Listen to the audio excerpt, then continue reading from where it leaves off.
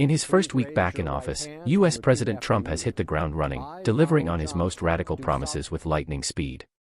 From reassigning hundreds of civil servants, to issuing 26 executive orders on issues ranging from environmental regulations to immigration, Trump has wasted no time making waves.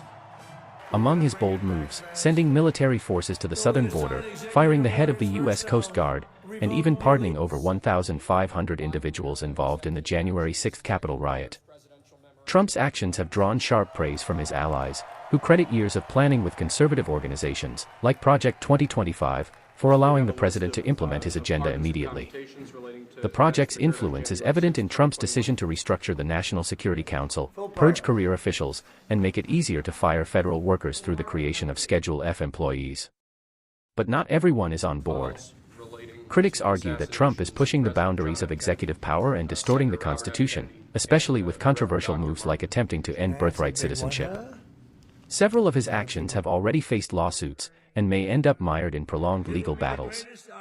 As Trump faces the potential challenges of a narrowing legislative path and midterm elections, the full impact of his early decisions remains uncertain. On January 27, Trump urged Congress to pass a bill that boosts funding for border security. Speaking to House Republicans at his Doral resort, he called for more border personnel, detention beds, and completion of the border wall.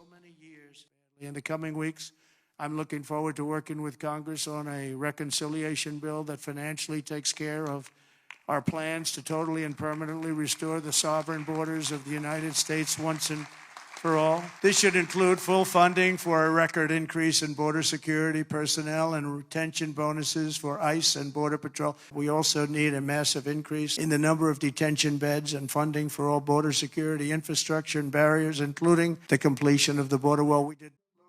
Trump also joked about running for re-election, and discussed his policy agenda, including TikTok, tariffs, and tax cuts. Worldwide News Report.